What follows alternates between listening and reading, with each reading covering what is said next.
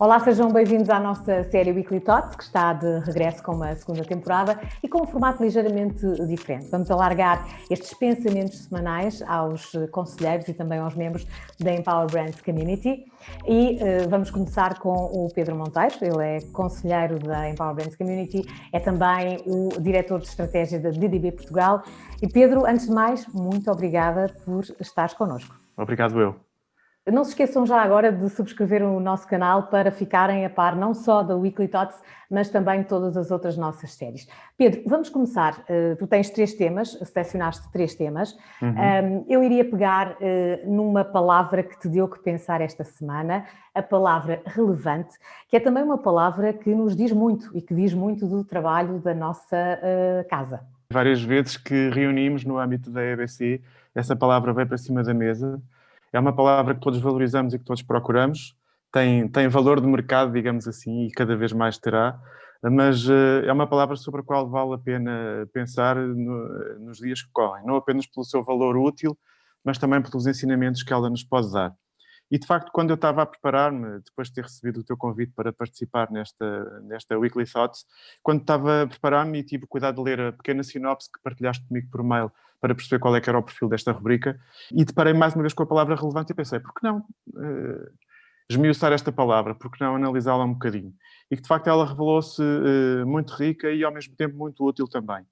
Porquê? Porque relevar significa, este é o sentido mais comum que nós usamos, no sentido de pôr em relevo, de fazer sobressair, de sublinhar alguma coisa. Mas, ao mesmo tempo, relevar quer dizer também uma coisa que aparentemente é ao contrário de tudo isto, que é permitir, consentir, perdoar, aliviar, no sentido de tirar peso de cima, quase. Eu, como sou um curioso das palavras, fui à procura da raiz etimológica da palavra. E, de facto, ela tem uma raiz latina, como seria mais ou menos de se suspeitar, e o termo latino original é levare, que quer dizer levantar ou elevar. E aqui faz-se luz sobre este pequeno mistério desta palavra, que quer dizer, ao mesmo tempo, sublinhar uma coisa, tornar uma coisa bold e, ao mesmo tempo, aligerá-la, ao mesmo tempo, relativizá-la, se tu quiseres. Isso tem a ver com o significado de levar em latim, que é levantar ou elevar. Portanto, eu tanto posso levantar no sentido de fazer sobressair, tornar uma coisa bold, dar-lhe mais peso, como elevar no sentido de aligerar a carga, tirar peso de cima. E isto é um grande ensinamento que esta palavra nos dá. Ou seja, nada me impede de ser assertivo no meu discurso, na minha comunicação, sublinhando aquilo que pretendo sublinhar, as minhas tomadas de posição, mas estas tomadas de posição não têm que ser absolutas, nem cristalizadas, porque ao mesmo tempo que eu estou a relevar no sentido de sublinhar, também posso relevar no sentido de relativizar aquilo que estou a dizer e tornar-me permeável à posição do outro.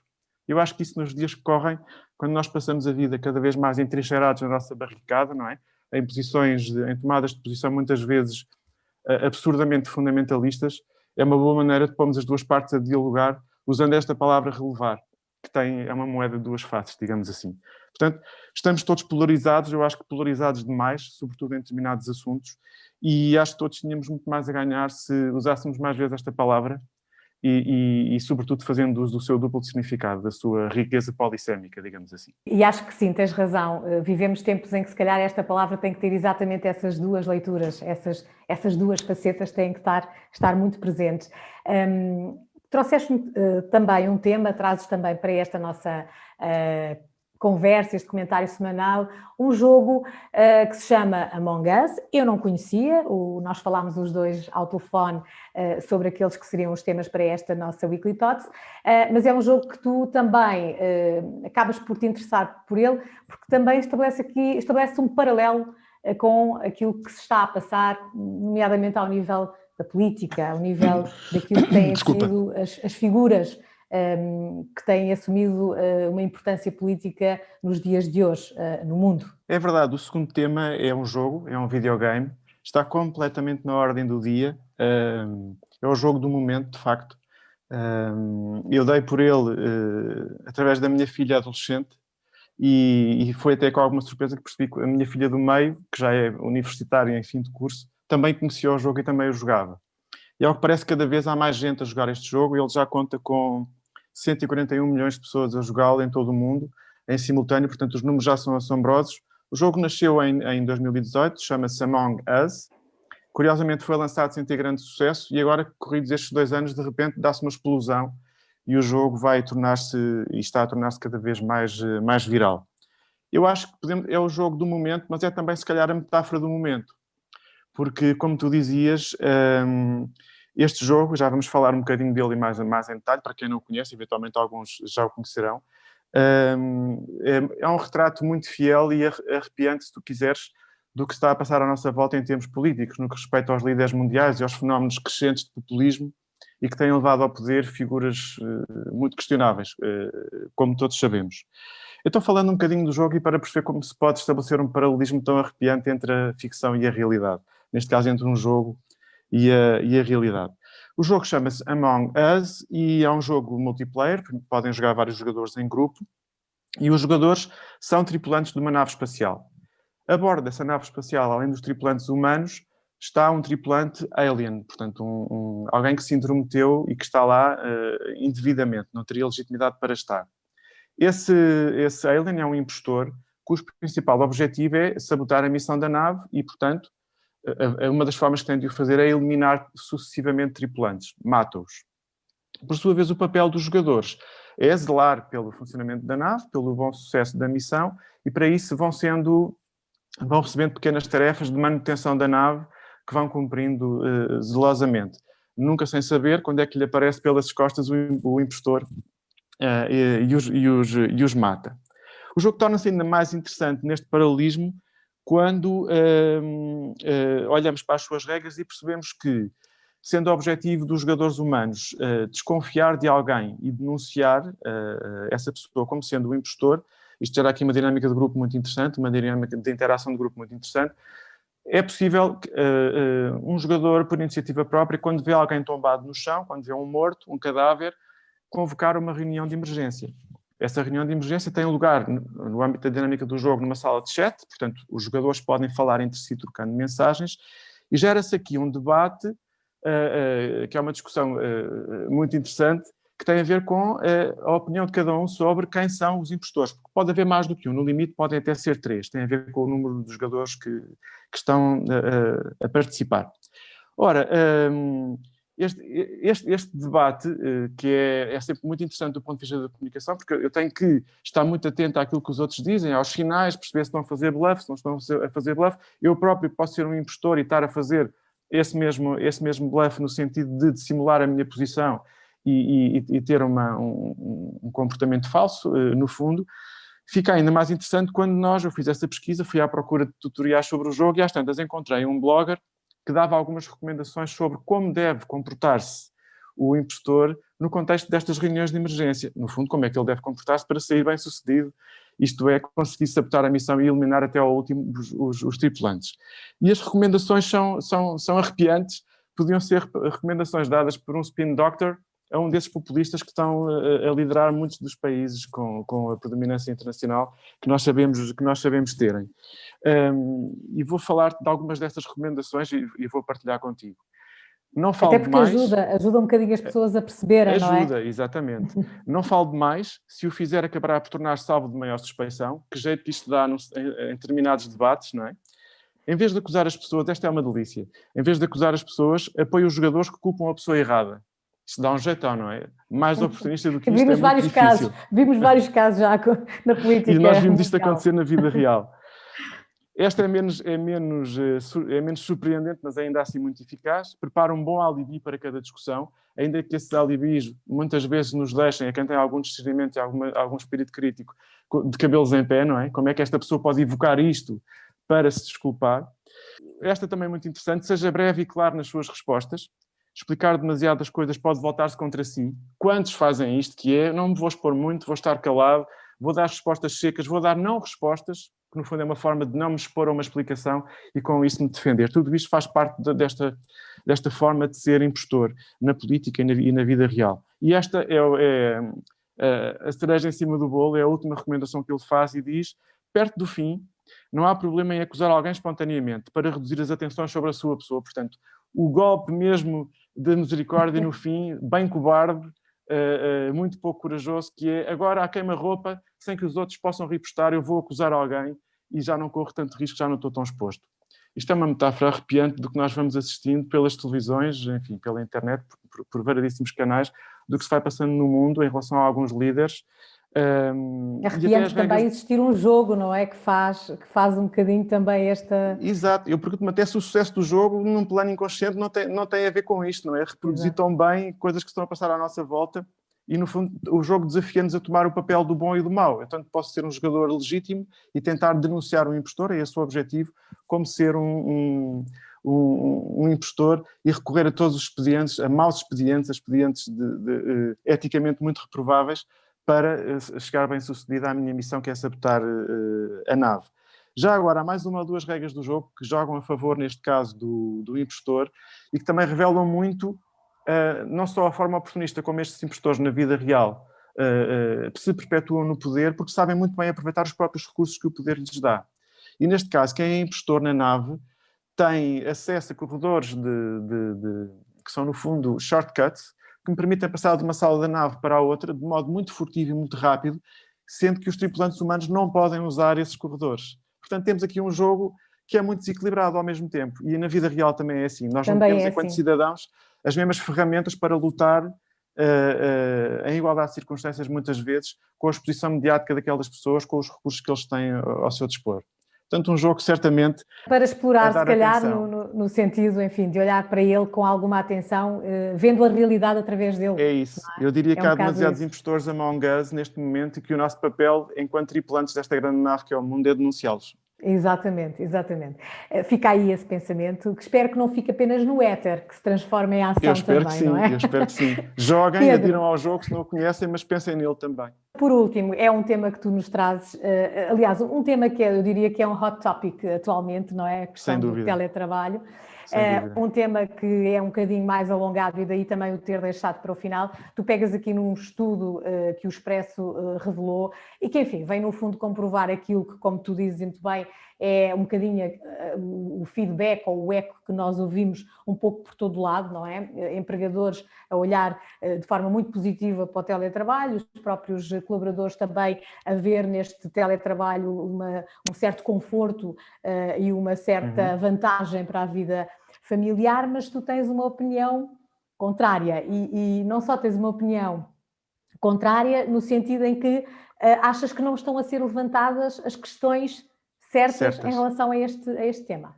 É isso. Eu diria apenas que não é tanto a opinião contrária, mas é uma opinião complementar. Eu acho que não podemos ficar, na análise e na avaliação que fazemos do teletrabalho, nos seus regimes, seja ele a 100% ou em regimes híbridos, não podemos ficar pela posição que normalmente tem sido a posição dominante nas conversas que vou tendo, no que vou lendo, porque é um tema do dia, é um tema que está na ordem do dia e todos falamos muito sobre isto. Uns porque passamos pela experiência diretamente, é bom que eu possa também já assumir, eu estou a passar por essa experiência diretamente e, portanto, algumas das coisas que possa dizer e algumas das posições que possa tomar também têm a ver com a minha experiência direta, mas penso que consegui alargar a janela de observação e não ficar apenas pela minha posição e cruzar aqui um bocadinho as posições de várias pessoas. E porquê que eu te digo que não estou inteiramente contra aquilo que se diz, mas tenho uma tese que, no fundo, é complementar a essa. O discurso dominante é de que o teletrabalho veio para ficar, até aqui completamente de acordo, é irreversível. O que o confinamento trouxe e o Covid trouxe foi uma aceleração absurda do recurso a esta ferramenta. Ele veio, de facto, para ficar, mas esse discurso também diz que os ganhos estão à vista e são basicamente dois.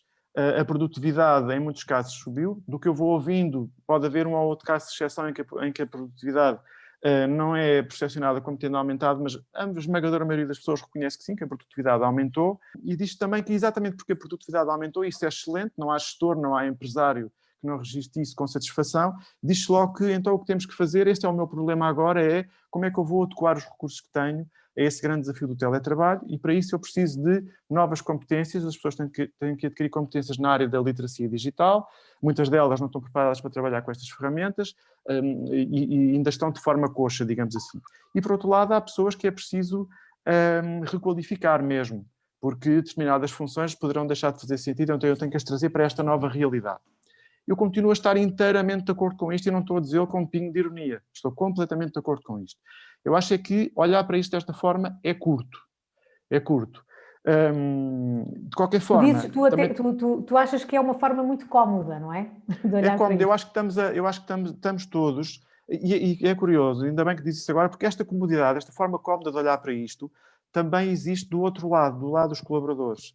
A maior parte de nós que está a passar por esta experiência, ou uma boa parte, considera que, como muito bem-vinda esta ideia de poder trabalhar a partir de casa, de repente deixou de ter que enfrentar transportes, deixou de ter que enfrentar filas no trânsito para atravessar a ponte, seja o que for, inclusivamente deixou de ter que gastar dinheiro em almoços fora e em gasolina do carro ou em transportes, e a pérola em cima de tudo isto, até consigo ter tempo para a minha família, ainda que a produtividade tenha aumentado, estou perto dos meus, eles até estão em casa, os miúdos também estavam a estudar em casa, e portanto há aqui uma relação mais fácil e mais flexível, pelo menos, no que respeita à esfera familiar e à esfera profissional. Mas, mais uma vez, eu considero que esta é a visão cómoda, é a visão da pantufa, se tu quiseres, que é olhar para isto de uma forma positiva. Eu acho que sim, isto é bom, é bem-vindo, é um desafio interessante, mas é preciso ver um bocadinho mais longe e gerir antecipadamente algumas preocupações. Eu não sou especialista na matéria, dás algumas ideias daquelas que pelo menos tu colocas a ti próprio. Certo, e do que eu tenho lido, há pessoas a alertar já para algumas coisas, mas eu ainda iria um bocadinho mais longe relativamente a esses alertas. Fala-se, por exemplo, do isolamento, dos problemas de saúde mental que isso pode trazer. Não vale a pena pessoalizar, mas na minha rede de amigos e na minha rede de contactos, isso é uma realidade. Eu tenho pessoas com quem mantenho uma relação mais próxima e de intimidade suficiente para me dizerem isso, para reconhecerem isso. Sabemos todos que isso acontece à nossa volta. Fala-se de problemas de enquadramento legal, fala-se de problemas de progressão na carreira, como é que a progressão na carreira se faz nessas circunstâncias. Fala-se, inclusivamente, de desequilíbrio entre género masculino e feminino, porque as mulheres, chamando assim responsabilidades ligadas à maternidade, por exemplo, mais facilmente podem ser relegadas para o teletrabalho e os homens ficarem protegidos desse empurrão, digamos assim. Portanto, há aqui problemas concretos que têm que ser geridos. Mas a minha preocupação vai para além dessa. E a cultura das organizações também, não, Pedro? É isso. Manter a cultura organizacional. A minha preocupação vai para além dessa, que é, nós, se sairmos de um plano estritamente funcional e dos resultados e da produtividade e da eficiência, porque as empresas não vivem só disso, as empresas é um conjunto organizado de pessoas e têm uma cultura, têm desafios, têm competências e valores que têm que saber gerir, porque são os seus valores, fazem parte do seu ADN, e o grande desafio é como é que essa realidade, essa cultura e esses valores funcionam neste novo ambiente ecológico que é o teletrabalho, que é completamente diferente. E isso implica olhar mais para longe. Eu vou dar apenas um exemplo para falarmos de cultura de uma forma concreta e não ficarmos aqui só no abstrato. Eu estou há 8 meses em teletrabalho, certo? E isso não aconteceu na DDB, mas podia ter entrado um colaborador novo, já neste novo regime de teletrabalho. E atenção, estamos ainda, no caso da DDB, 100% em teletrabalho. Agora imagina o que é ter entrado alguém que não foi o caso, e era preciso fazer o chamado acolhimento. Essa pessoa tinha que dar entrada na empresa, fosse qual fosse o departamento, e tinha que passar por um processo, que todos sabemos que passamos, de aculturação. Seja eu alguém, um estreante no mercado de trabalho ou venha de outra empresa, há sempre um processo de aculturação, de assimilação dos valores da empresa, de aprendizagem, como é que estes tipos funcionam, como é que isto se faz por aqui. Olha, não são procedimentos no sentido técnico do termo, são procedimentos comportamentais e atitudinais, não é? Da agência de onde eu venho, isto não teria sido resolvido assim, teria sido resolvido de outra forma, mas aqui a liderança tem outro perfil e resolve de outra maneira. A minha pergunta é, como é que alguém que tivesse dado entrada há 5, 6 meses, podemos falar em concreto na DDB, não faz mal falar de um caso em concreto, que percepção tinha da empresa e se essa percepção não era completamente distinta daquela que eu tenho e que todas as outras pessoas têm, que já vêm atrás de uma longa experiência de trabalho presencial e que transportaram essa experiência consigo. Portanto, nós temos uma bagagem cultural sobre a empresa, sobre o que é a DDB, sobre o seu modus operandi e sobre os seus valores, que eu muito prezo e admiro porque gosto muito de lá estar, mas qual é o retrato da empresa que tem essa pessoa que acabou de entrar, cuja experiência se resume a 3, 4 meses de Teams, ou de Zoom, ou de outra plataforma qualquer? E o grande desafio aqui é como é que nós conseguimos estimular coisas que são essenciais para as empresas. Para a minha é muito importante, mas a minha não é exclusiva dessa exigência.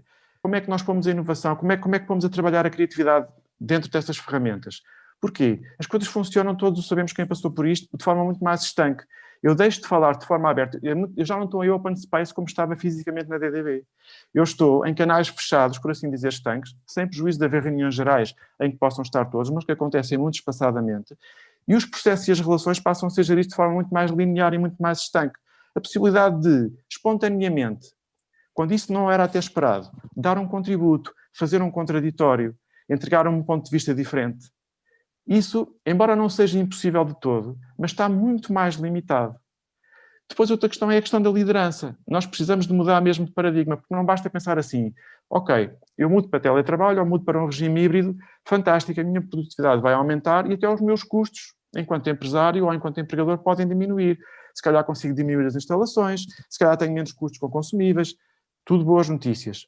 Até aí tudo bem, mas eu tenho que me descolar deste paradigma estritamente economicista e pensar noutros fatores e noutras dimensões que, se não existirem e trabalharem em vazio, deixam completamente comprometido esse lado economicista e esses resultados. Porque uma empresa não vive só do lucro, não vive só da procura desse lucro. Até pode estar orientada para o lucro, mas sabe que há um conjunto de outras coisas que, se não forem asseguradas, que são a energia própria que essa empresa tem que ter, se não for alimentada, não temos aquilo que se espera no final do dia, que é o lucro. É curioso e obrigada por teres trazido este tema e vamos já encerrar, porque já vamos aqui com pensamentos bastante longos, mas ainda bem. Pedro, para fechar, porque temos sempre uma sugestão que também queremos que fique, obviamente, na cabeça dos nossos seguidores. O que é que nos trazes? Qual é a recomendação que tu nos trazes aqui para libertar o espírito neste fim de semana? Olha, esta recomendação é fresca, porque ontem à noite não estava decidida ainda, tão pouco. Eu sou um apaixonado das marcas e do branding, isso não é novidade para ninguém, e escolhi exatamente sugerir e recomendar um livro que é de 2019, de um autor português, que é um designer, é o João Campos. Eu não conhecia e não conheço, que pessoalmente nunca estive com ele.